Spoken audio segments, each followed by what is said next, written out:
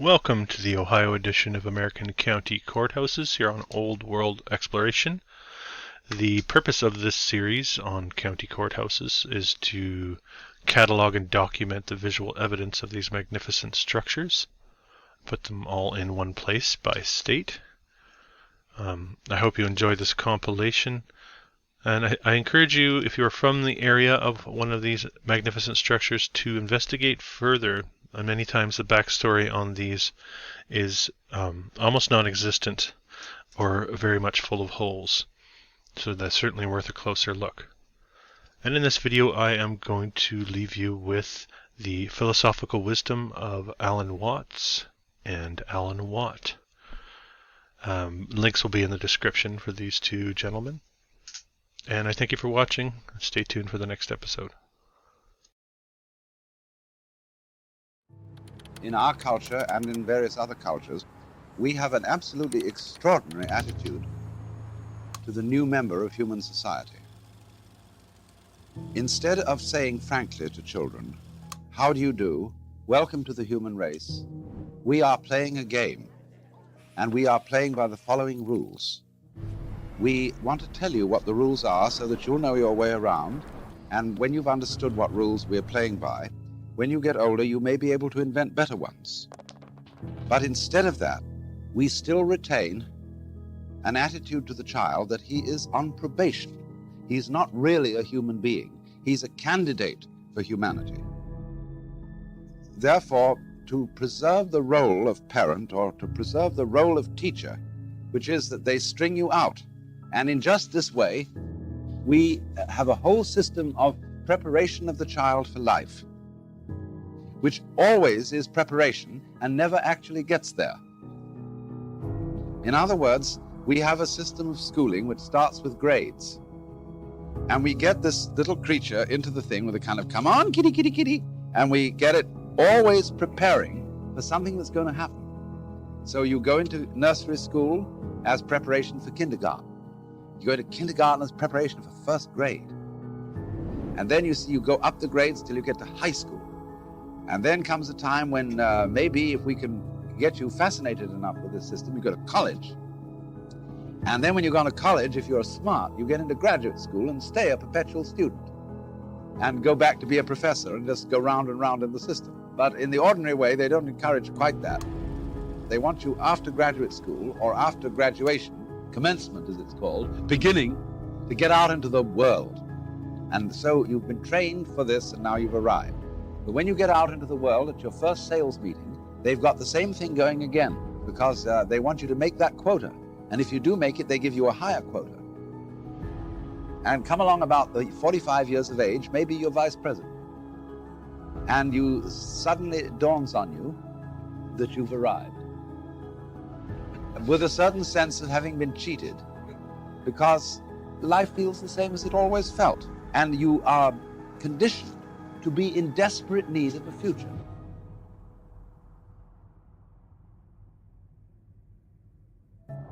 So the final goal that this culture prepares for us is called retirement. When you will be a senior citizen and you will have the wealth and the leisure to do what you've always wanted, but you will at the same time have impotence and false teeth and no energy.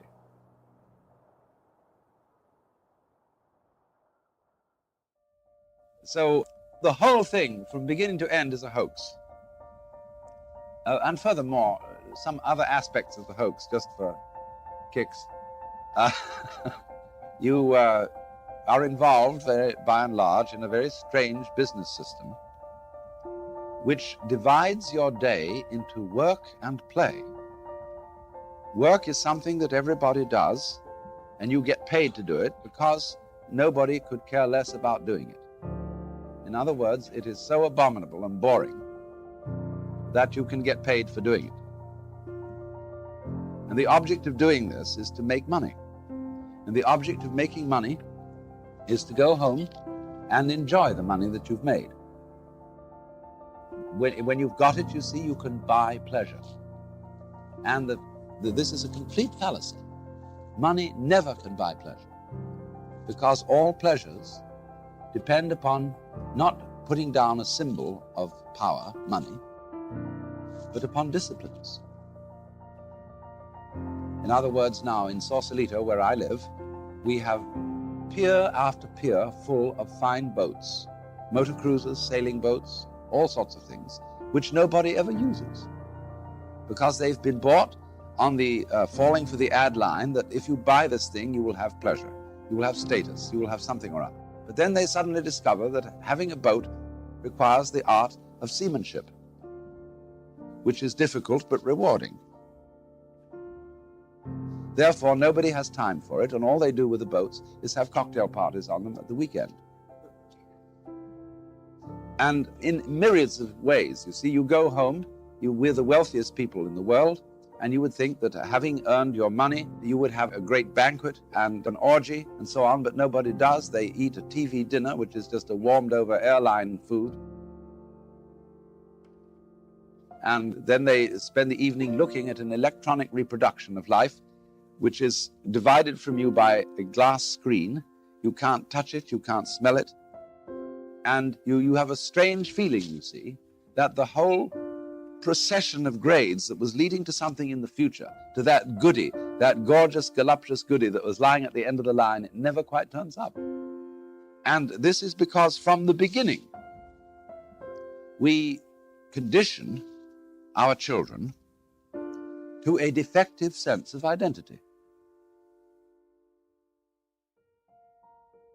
And this, I think, is the most important feature in the whole thing, that a child grows into our culture, and this is not only Western culture, it's equally true in Japan, an area of which I can speak with some first-hand knowledge. We condition the child in a way that sets the child a life problem which is insoluble, and therefore attended by constant frustration. And as a result of this problem being insoluble, it is perpetually postponed to the future, so that one is educated to live in the future, and one is not ever educated to live today. Now, I'm not saying that, the philosophy of carpe diem, let us drink today for tomorrow we die, and not make any plans. What I am saying is that making plans for the future is of use only to people who are capable of living completely in the present. Because when you make plans for the future and they mature, if you can't live in the present, you are not able to enjoy the future for which you have planned. Because you will have in you a kind of syndrome, whereby happiness consists in promises and not in direct and immediate realizations. So long as you feel that tomorrow it will come. See, on a dollar bill, it always says promise to pay. It's a promissory note. And nobody ever can come across, because the promise is tomorrow, and as we say in common speech, tomorrow never comes. But everything is based on the idea, you see, that you will get it tomorrow, and you can enjoy yourself today so long as tomorrow looks bright. But Confucius once said, a man who understands the Tao in the morning can die contentedly in the evening.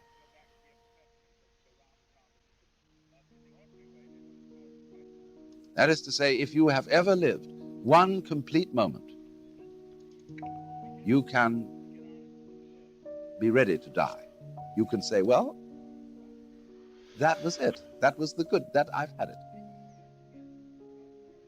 You see? But if you never live that complete moment, death is always a guy who comes into a bar at 2 o'clock in the morning and says, time, gentlemen, please. And you say, oh, please, one more drink. Not yet. Because you haven't really have the feeling that you ever had it, that you ever got there. Now then, the main factor in this kind of conditioning seems to me to be, as I said, the way in which we give children a sense of identity. And in this respect, we do something extraordinarily odd. We define a person And that is why the sense of ego, of being oneself, is simultaneously a sense of frustration.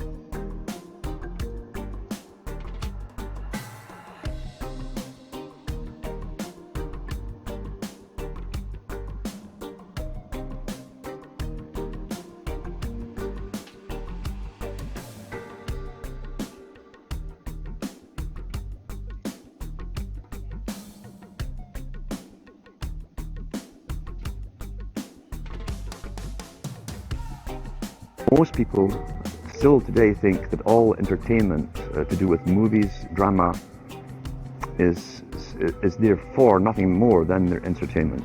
It never ever was that case. Of course, television can't perform such miracles as this, yet. But perhaps there's no harm wishing that it could.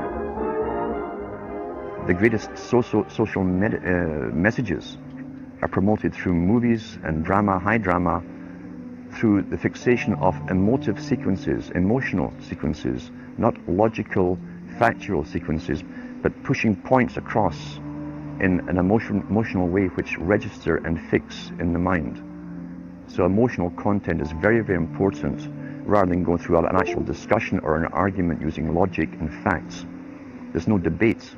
And when you're being downloaded through fiction, your guard is down, the sensor part of your brain is not in action. It isn't saying, yes, I agree with this, I disagree with that, as you would in a debate or a lecture. You're actually in an alpha state, being completely downloaded with new ideas. About 100 years ago, this big organization with many branches, they wanted to rule the world basically using Britain as a nucleus of a system, an embryo, which also was going to be joined with the US under the Anglo-American establishment, wrote about the kind of culture and the changes of culture over a 100-year period that they would actually design, implement and bring in. And H.G. Wells talked about it too. He talked about arenas. He says arenas could be put up across the world for sports, for instance. Now at that time, sports was something that children, school children were into. Adults became adults and got onto adult things. So it was unimaginable at the time that people could actually believe that there was even a need for adult sports and entertainment, never mind having arenas built across the world. But he said we can do this, and foist basically a sports culture for the males. Using a tribal system, we're all tribal to an extent. That's why we even bother to vote for a tribal leader. This is well understood. That's why we're supplied with these leaders. And because the average man was to become more disengaged from his own destiny as the expert class arose, it was decided that the males would get their outlet basically, gradually becoming helpless as males through sports. Therefore they'd have a tribal team they could identify with, they could cheer them on as they were winning. In their own personal lives, they were getting nowhere. They were getting disenfranchised in a sense as experts took over decision making for them in all kinds of fields. So this was psychology at use, planned before they even implemented the sports. When radio came along, of course, they used that to the maximum. Sports for the men, soaps basically for the women, And then in came television, as I say, with its alpha state, its hypnotic state. And sure enough, around the 1960s, really, 50s and 60s, it took off. It really, really took off. And men became glued on Saturday nights to the sports shows. A culture industry, which is called by its own the culture industry. The Soviet Union had a department called the culture industry. Their actors and directors were called the cultural leaders, because they would, like a computer, people are like computers. All you have to do is keep giving them new updates every so often, and you can change an entire country or a nation or a block of nations who are all getting the same upgrades at the same time along certain paths. Today we call it political correctness. Most people want to belong to their peer group. They want to be the same as everyone else when it comes to opinions. In fact, they judge their own personal sanity by bouncing ideas off their neighbours and friends who will answer back and agree on these same topics in kind. It doesn't matter if the topics or what you're given are facts or utter nonsense, as long as everyone agrees at the same time. You'll say, well, I'm sane, and your friends will all agree because they've had the same information given to them. If it's on TV and a famous face says something, then it must be true. He doesn't have to show you facts or anything else. You've been brought up with these faces. That's why they keep these guys on television into their 70s and 80s. You've grown up with this father figure who's on television every night at 6 o'clock, in your house, in your room, staring right at you, and he's a father figure. Would he tell you a lie? So you naturally never suspect him. And this same man will lead you through new topics. He'll introduce experts on the topics. They'll have a little summary at the end of every talk, and you are now left with the conclusion that's presented to you. As you don't arrive at it, it's given to you, and it's good enough for you. We're programmed today perfectly, just like machines.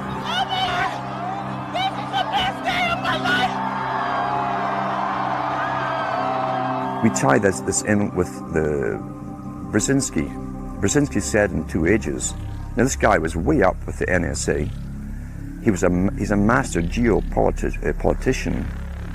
He admits he works in 20, 50-year periods to do with geopolitics in other countries.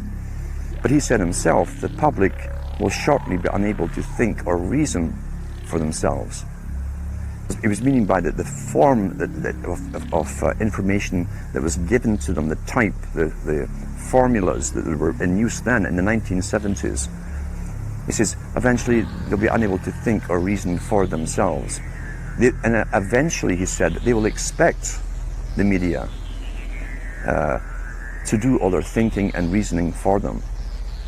Well, that's happened today. That's why people today can't think outside of the programming from television.